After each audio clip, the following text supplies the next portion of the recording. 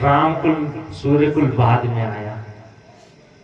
हम आपके जीवन की भी यही दशा है, बुराइयां पहले आ जाती हैं और अच्छाइयों को लाना पड़ता है।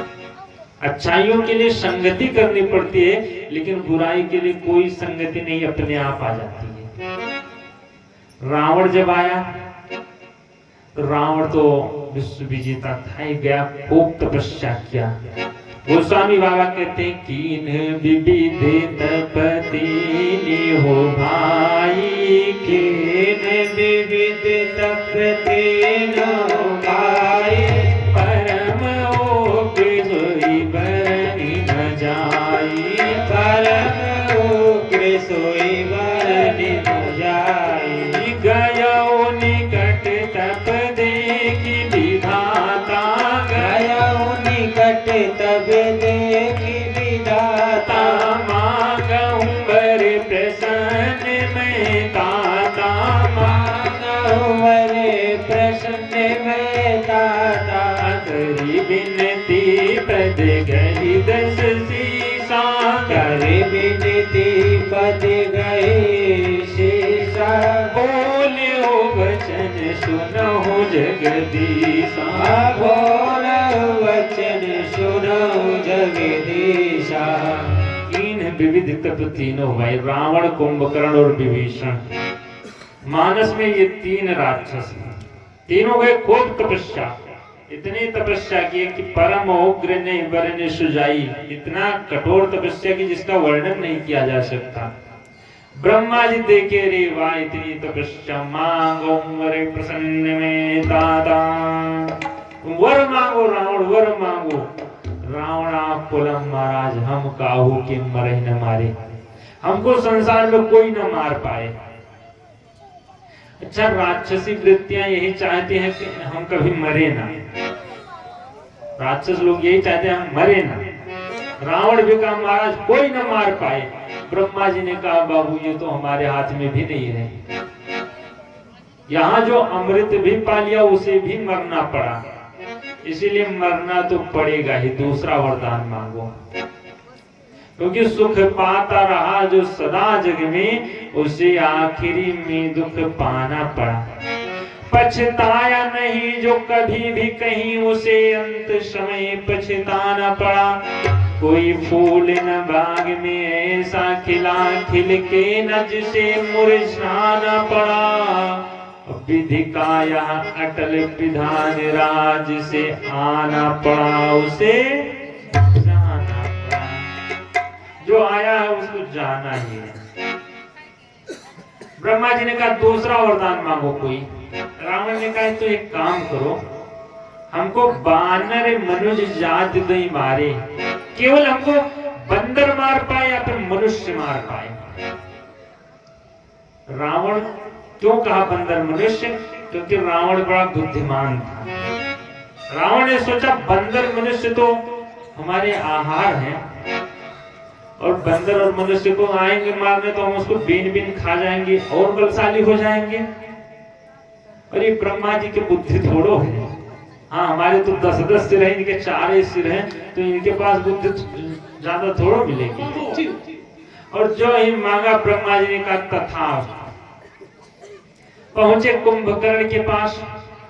अच्छा, जो कुंभकर्ण था बंधुओं, ये कुंभकर्ण इंद्रासन चाहता था कि हमको इंद्रासन मिल जाए। ब्रह्मा जी अंतर्यामी ब्रह्मा जी तो समझ गए कि इंद्रासन ये ले लेगा तो क्या दशा करेगा। वैसे भी इतना बलशाली है कि इंद्रलोक में जाता है तहलका मच जाता है। अगर इंद्रासन दे देंगे, जो ये खल नित करब आहारू, वही है सब उजारि संसारू। अगर ये रोज आहार ही करेगा तो पूरा संसार खा जाएगा। इसीलिए ब्रह्मा जी वहां सरस्वती जी को बुलाए। सरस्वती जी से कहे काम करो, इसकी जीभ को थोड़ा टेढ़ी कर दो तो। और ब्रह्मा सरस्वती माता उसकी जीभ को टेढ़ा कर दी। ब्रह्मा जी ने कहा क्या चाहिए? मांगना चाहता था इंद्रासन, मुंह से निकला निंद्रासन। ब्रह्मा जी ने कहा तथास्तु, जाओ सोते रहना। बोला महाराज सोने के लिए नहीं, हमको इंद्रासन चाहिए। ब्रह्मा जी ने कहा हो गया वरदान तुम्हारा। बोला अरे प्रभु तो हम तो सोते सोते ही मर जाएंगे। ब्रह्मा जी ने कहा जाओ उनमें संशोधन किए थे तुम्हारे में भी कर देते हैं कि 6 महीने सोगे 1 दिन जग जाया करोगे। तो कुंभकर्ण जो था बंधु 6 महीना सोता था और 1 दिन जग जाता था।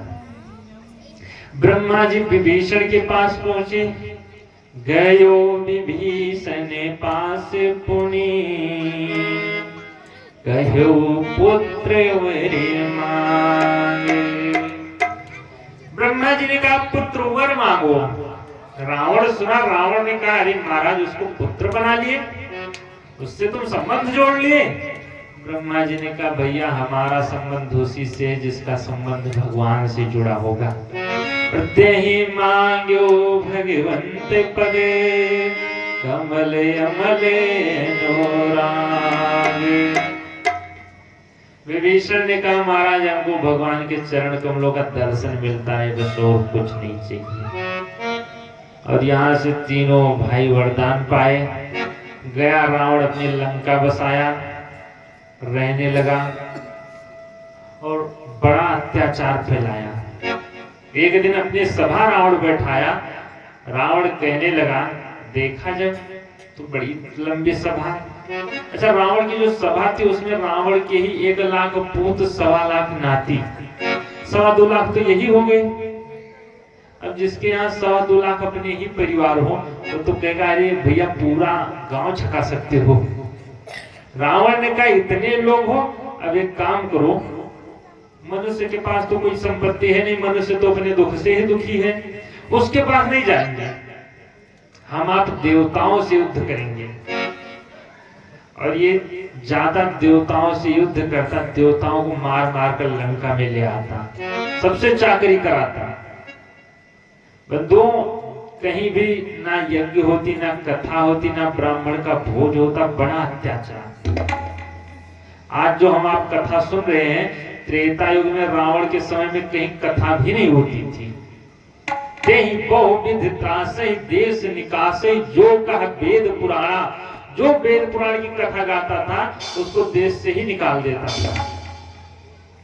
कुछ लोग कहते हैं महाराज कलयुग है, कलयुग में बड़ा अत्याचार। बंधु त्रेता युग में और अत्याचार था। कम से कम कलयुग में आप लोग बैठकर कथा तो सुन रहे हो, कोई विरोध करने वाला नहीं, लेकिन त्रेता युग में तो रावण खुद ही उसको निकाल देता था। इसीलिए कहते हैं कलयुग सम नहीं आन युग, जो ने करे विश्वास। कलयुग के समान कोई और युग है ही नहीं। और बंधुओं यहाँ जब रावण का अत्याचार शुरू हुआ, अब आज रावण को अत्याचार कर लेने तो कल भगवान को हम लोग बुलाएंगे। बोलिए श्री राघव सरकार की जय। आज की कथा हम लोग यहीं विराम दे रहे हैं, आगे की कथा हम लोग कल श्रवण करेंगे। आइए सभी लोग 2 बार भगवान का नाम लिया जाए। सीताराम हनुमान सीताराम हनुमान सीताराम हनुमान सीताराम हनुमान सीताराम हनुमान राधे श्याम हनुमान सीताराम हनुमान राधे श्याम हनुमान सीताराम हनुमान सीताराम हनुमान सीताराम हनुमान सीताराम हनुमान सीता